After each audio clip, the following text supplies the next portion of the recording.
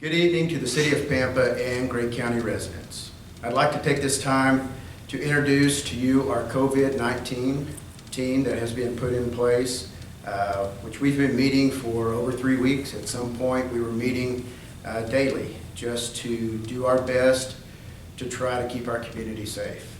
The team consists of myself, Mayor Brad Pingle, Gregg County Judge Chris Porter, Gregg County Health Authority Dr. Kevin Seek, Pampa Regional Medical Center CEO Edwin Leon, Pampa City Manager Shane Stokes, Pampa Independent School District Superintendent Dr.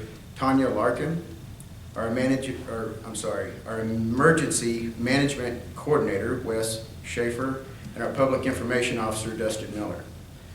So due to these recent orders from our Governor Abbott yesterday, we have decided to issue an order as well.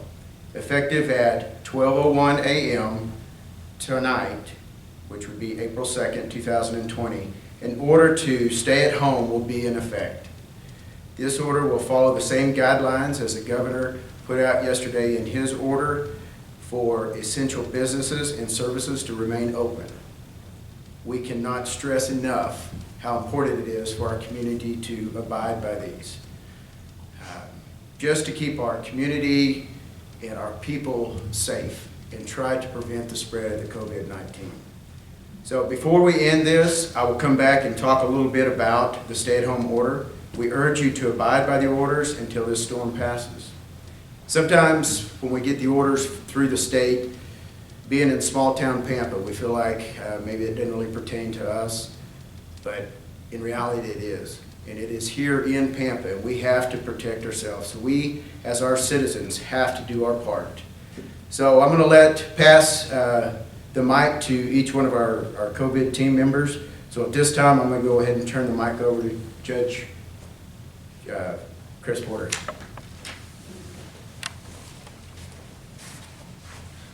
Good evening. We are a resilient population. We've been through oil busts, oil booms, we've been through tornadoes, we've been through dust bowls, we've been through plant explosions, we've been through community tragedies. At this time, I'm asking everybody to really pay attention to what we're asking you to do. In the past, whenever we've had a tragedy, everybody's gotten together and they've just worked harder, and that's who we are. And at this time, I'm asking you to stay home. It's a complete opposite ask of what we've asked in the past. We've always wanted to come together, work hard, and it doesn't really matter what we accomplish, just working hard at getting it accomplished was always the task. So tonight I'm asking you, if you don't need to get out on the streets, don't get out on the streets. I'm asking you to stay home with your families, protect them. I'm asking you to stay healthy and try not to spread this virus that is unseen. You cannot tell who has it and who doesn't have it.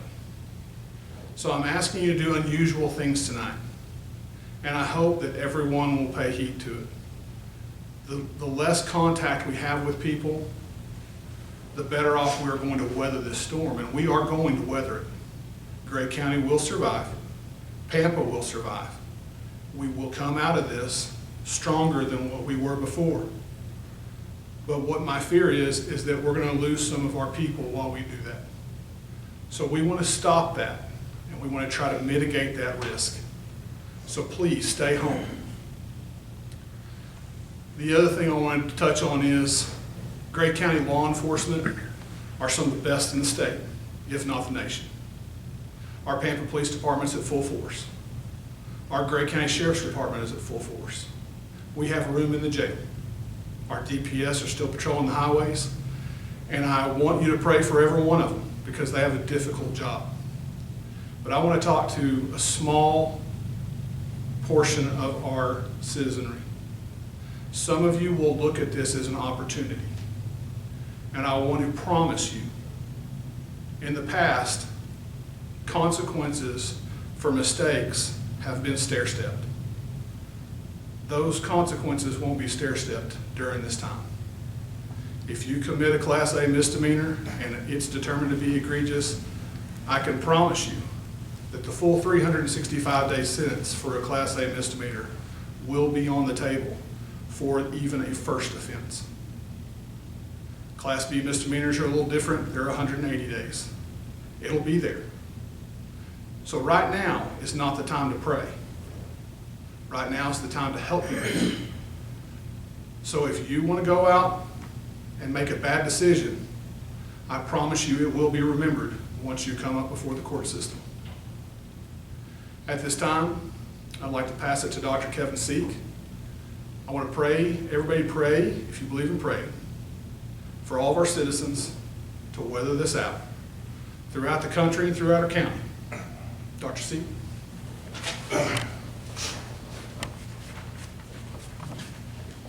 Okay. Let me start out by saying I just want to thank and show my appreciation for all of the healthcare community in Gregg County working together, providing care to Gregg County. There's been tremendous tireless hours. We've been working diligently to be prepared for a surge, an outbreak of COVID-19. We pray it won't come, but we have to be diligent in making that not happen. As most of you know, we have a positive case in Gregg County. I've heard concerns that, people calling wanting to know the name, the address, the place of business. Those items are not going to be divulged. They never will be divulged. People still have protected health information, and they have the right to their private health information being protected. So those questions will not be answered. What I can tell you is the positive case is a Gregg County resident. It has been found that it was related to travel. The person is not hospitalized. So, and those are basically the three things I can let you know. I can let you know the county of residence. I can let you know whether it was travel related, whether it was community spread, and whether they're home or hospital confined. But those are the details that we are allowed to give. Now, saying that, the state health department does a thorough investigation of every positive. There's a major trail that's followed. They're going to find every contact that is there, either at employment or socially. So the state health department will be contacting people if they are an exposure risk, if they need testing, if other things need done. So those processes are in place to protect the people and to protect the health information. Because if it was you that was positive, you would not want your private information out there all over social media, all over in news media, those things. Saying that, what do we do now? What can we do now? It's really the same things that we've been doing and the same things that have been harped on for the last 5, 6, 7 weeks. You need to wash your hands, you need to clean surfaces, but more than anything, we need social distancing. We need to stay at home, okay? We like to get out, we like to get about, we like to see our friends, we like to be social, we like to travel. All those things, they need to stop. We have to social distance. You only need to go out for essentials. You can still go out for your essentials, but you need to go get your essentials and you need to go home. That's what it means. It doesn't mean it's a social event to go out and get your essentials now. You also do not need to travel unless it's an essential event that you need to travel for. Okay? I've noticed in the community, because I've lived here for 17 years, I see the amount of traffic on the streets, the amount of cars in front of businesses. We're not practicing social distancing, and we've become very complacent really in the last week. We kind of got a sense of security. We haven't had a positive test. Well, we've had a positive test. But that shouldn't change what we do. We have to be very diligent in our social distancing because social distancing, the only thing will slow a spread of a disease, okay? If you're at home, you're not going to get exposed. you're safe at home. I hear concerns that we need to know where any people live. Oh, this positive, we need to know. Well, if you're at home, you're not going to be exposed. That's where you need to be. If you go into a store, you get what you need, you turn around and walk out, and you maintain a 6-foot distance from anybody, you are likely not to be exposed. And we need to do that, not just for our community members, not for our self-wellness, but we need to do that also. We've all heard of flattening the curve. And basically all that means is we do not need an influx of 20 severely ill patients coming into our hospital and trying to care for that level of care. The surge like that has hurt many hospitals around the nation, and you've all seen it. We had a sister hospital in Michigan that went from 22 patients in the hospital to 79 patients overnight. We all have to do our part to prevent that, and that means stay at home. Nobody likes that. It's an inconvenience, but that's what it is. It's an inconvenience. It will pass. We will get through this, but we need to do that. And I'd like to also speak to the mandate from the state, the stay-at-home order. We talk about essential business. Well, I would also like to say essential business cannot be business as usual. If you are an essential business, you need to practice social distancing. You need to clean your facility. You need to wipe down surfaces. You need to try to limit the number of people that are in your facility at any point in time. You need to try to practice business 6 feet away. You need to really think about what you're doing when you go to business. You don't need to be having meetings of more than 10 people. I mean, we at the hospital, when we have meetings, most of our meetings are over teleconference. We have very few people in the room, and everyone else is calling in, and we're in the same building, but we are not in the same room. So we all need to practice this and do the right thing. Now, as far as individuals, if you are sick, call your healthcare provider. Please don't just show up at the emergency room. Please don't just show up at our clinic. You need to call, and we will direct you in what to do at that time. We don't want you to refrain from seeking medical care if you need medical care, but we need you to call so we can direct you in the proper place, okay? We have telehealth available, which means your doctor can talk to you over the phone, your doctor can talk to you through video conferencing. Those things are available, and all you have to do is call offices, and those are available throughout Gregg County at all the providers' offices. So just make contact, and they will direct you on what to do. But please call before you come up to those offices. And basically, if you are sick, stay at home. Don't go to work. Don't try to be that tough person that, oh, I'll go to work no matter what, and I'd rather be at work than be sick. If you're an essential personnel and you are sick, you need to stay home and contact your health provider. So, at this time, I'd like to turn it over to CEO of the hospital, Edwin Leon.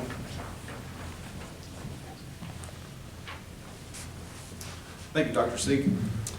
I really just want to give some positive and strong reassurance to the community of Pampa and all of Gregg County that Pampa Regional has been working tirelessly for you. We've put so many policies, so many programs in place that are directly related to your safety, to the care of your loved ones, and to make sure that we have the facilities ready for your care. It's not a secret that throughout the country, the big thing that is affecting healthcare facilities is the protective equipment. It's a requirement for the safety of our physicians, for the safety of our clinical teams to have masks, to have face shields, to wear protective gowns. And this has been our biggest challenge throughout the country. We're no exception. We've worked extremely hard to get the supplies we need. We are prepared to take care of our community if there is an outbreak. However, we don't want to see that outbreak. As Dr. Kevin Seek has said, it is extremely important that we abide by these statewide. We have so many states already abiding by this nationally, and now we're incorporating this to our local community to stay home. This is the best thing we can do. It's what's best for you. I've heard from various people, sometimes some of the older people in our community say, oh, I don't care, if I die, so be it. But you might have a son, you might have a grandchild, you might have a neighbor, you might have a church member that you care about. And if you're okay with getting ill, maybe you're not for them. If you're, like Dr. Seek said, someone who wants to be tough and go to work while sick and infect other people, think about the repercussions to that, the downhill effect of taking reckless action. It's simply not worth it. It's simply not worth it. We ask for your responsibility in this manner. Take it serious. It's the least that we can do for each other. In the event that we do have an outbreak, we have a fantastic medical team and clinical team ready to provide services for you. It's very important that we follow all of the federal and state guidelines, which we have done so far. Along the lines of being inconvenient, you know we've restricted access to the hospital, limited visitors, limited a lot of the things that have probably never been seen here before, but we've never gone through such a pandemic nationally and worldwide such as this. We ask for your cooperation, your patience, and your support more than anything, not just for the hospital, for your officials, but mostly for each other. Do the right thing, stay home, and we'll get through all this really fast because this virus can't move around if you don't move around.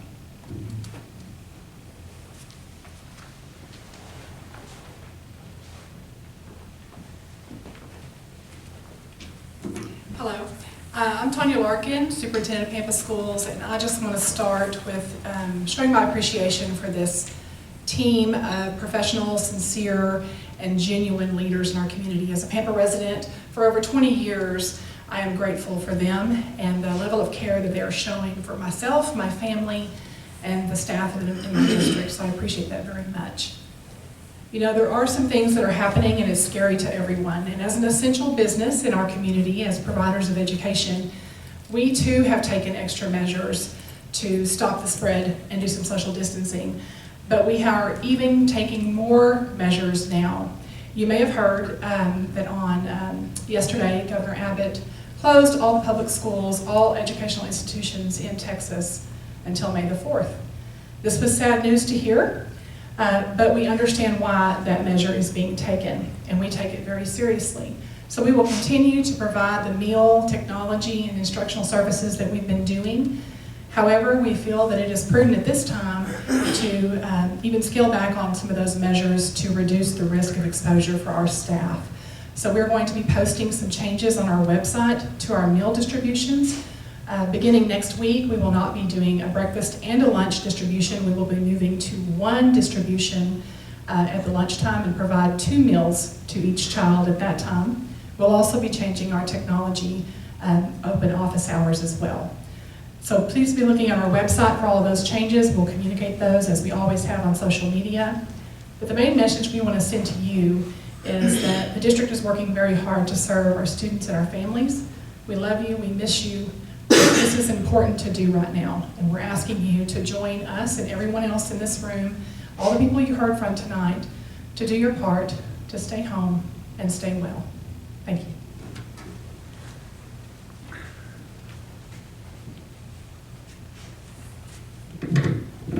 Okay, so at this time, I want to introduce each of you to a new website, www.pampaalerts.com. So this website is going to be a great tool for you to log into. It's going to have the latest information on COVID-19 that affects Pampa and Gregg County, as well as details of the stay-at-home order. On this site, you're going to find a list of essential services to remain open, as well as those that are to be closed. There's some information regarding travel, even within our community. But I want to address a few of them, and Dr. Seek touched on it a bit, but I want to continue to press on that a little more. So number one, unless it's a medical need, you are requested to stay local. Number two, travel to another person's place of residence if that's what you need to do for essential goods and service, and then travel back home. Don't stay lingering around. And third, any person who is sick or currently experiencing the COVID-19 symptoms is now required to stay home and follow the COVID-19 protocol. So once again, we urge each of you to comply with these orders for the betterment of our community. Failure to do so, as Judge Porter alluded to, that it can result in fines and jail time, but that's not what we're after. We're not wanting to get to that spot. We're just urging you to take responsibility and care for our community, care for one another. So with that being said, I want to thank each of our team members who have put in a lot of hours and time and obviously have a heart and compassion for our community to try to make this a safe place for each one of us to live.